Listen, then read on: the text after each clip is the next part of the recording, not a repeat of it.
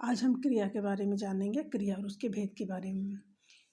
क्रिया जिस शब्द से किसी कार्य के करने या होने का बोध पता चले उसे क्रिया कहते हैं। जैसे लिखना, पढ़ना, बोलना, चलना, उठना, बैठना, स्नान करना आदि।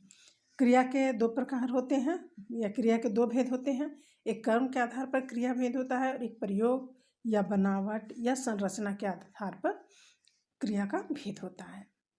तो आज हम प्रयोग के अनुसार क्रिया के भेद पढ़ेंगे।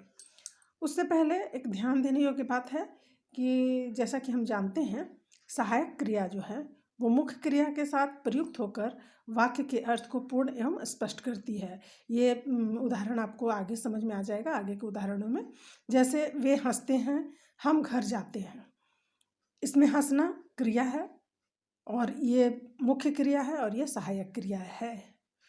अगर सिर्फ वे हंसते लिखते हैं तो उससे स्पष्ट और पूर्ण अर्थ नहीं निकलता है, लेकिन जब हम ये लिखते हैं कि वे हंसते हैं तब ये सहायक क्रिया द्वारा यह वाक्य हमें स्पष्ट एवं पूर्ण लगता है। उसी प्रकार हम घर जाते हैं, जाना मुख्य क्रिया है और है सहायक क्रिया है। तो इससे है लगने से वाक्य पूर्ण लग रहा है। तो स्पष्ट और पूर्ण सहायक क्रिया और मुख्य क्रिया के साथ प्रयुक्त होकर वाक्य का अर्थ होता है। हम प्रयोग, संरचना या बनावट के आधार पर क्रिया के भेद देखेंगे। प्रयोग या संरचना या बनावट के आधार पर क्रिया के 5 भेद होते हैं। पहली होती है सामान्य क्रिया, दूसरी संयुक्त क्रिया, तीसरी नाम धातु क्रिया, चौथी प्रेरणार्थक क्रिया और पांचवा पूर्वकालिक क्रिया। प्रेरणार्थक क्रिया के भी 2 भेद होते हैं, प्रथम प्रेरणार्थक क्रिया और द्वितीय प्रेरणार्थक क्रिया। पहली होती है सामान्य क्रिया। जब क्रिया एक पद में हो उसे सामान्य क्रिया कहते हैं। जैसे पद्मा बाजार गई, यह अमरूद का पेड़ है। और दूसरी है संयुक्त क्रिया। जब 2 या 2 से अधिक क्रियाओं से बने क्रियापद एक क्रिया के रूप में प्रयोग किए जाते हैं उसे संयुक्त क्रिया कहते हैं। जैसे बढ़ई कुर्सी बना रहा है, यह बना रहा है, यह क्या है? बनाना जो है यह मुख्य क्रिया है और रहा है सहायक क्रियाएं हैं। और ये इनके मेल से बना है, बनाना, रहना और होना के मेल से ये मुख्य क्रिया और सहायक क्रिया बनी है। तो ये क्या हो गया? ये संयुक्त क्रिया हो गई।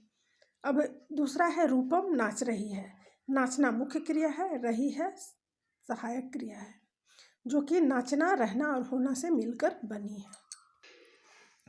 तीसरी है नाम धातु क्रिया। जब संज्ञा, सर्वनाम और विशेषण से बनी क्रियाएं नाम धातु क्रियाएं कहलाती हैं।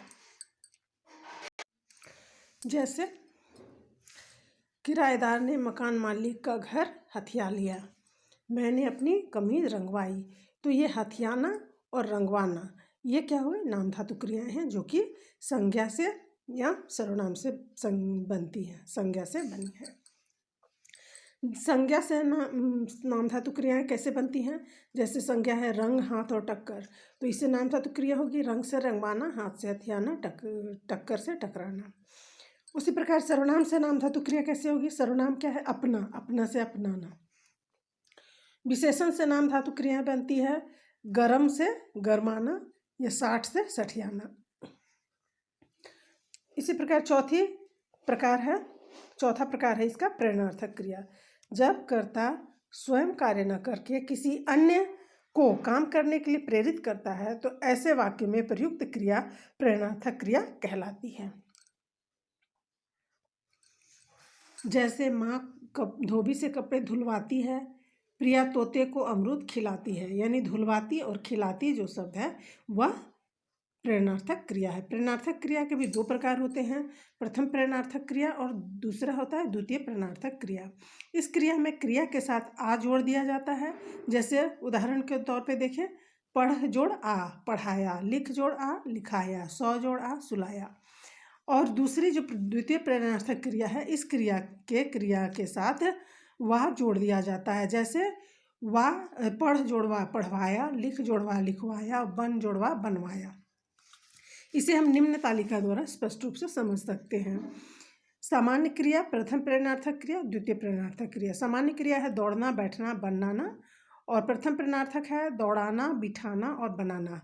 द्वितीय प्रश्नार्थक है दौड़वाना, बिठवाना और बनवाना। पांचवें है पूर्वकालिक क्रिया। जो क्रिया मुख्य क्रिया के पहले होती है उसे पूर्वकालिक क्रिया कहते हैं। पूर्वकालिक क्रिया में अधिकतर क्रिया के साथ कर जुड़ा होता है। जैसे बच्चा रो रो कर सो गया, पद्मा पढ़कर खेलने गई। तो यह बच्चा सो गया, यह मुख्य क्रिया संपन्न हो रही है। और इससे पहले भी एक क्रिया लग रही है जिसमें कर शब्द जुड़ा हुआ है, यानी रो रो कर सो गया। बच्चा सोया है लेकिन रो रो कर सो गया, तो ये इसे पूर्वकालिक क्रिया कहते हैं। उसी प्रकार पद्मा खेलने गई, खेलने की क्रिया मुख्य क्रिया है और यह संपन्न हो रही है। खेलने, पद्मा खेलने गई, लेकिन कैसे खेलने गई? पढ़कर खेलने गई। तो फिर एक क्रिया से पहले एक क्रिया का प्रयोग हुआ है, इसलिए यह क्या हो गई? यह पूर्वकालिक क्रिया हो गई। तो आज के लिए इतना ही। कल नए वीडियो के साथ मैं आपके पास फिर आऊँगी। तब तक के लिए बाय बाय।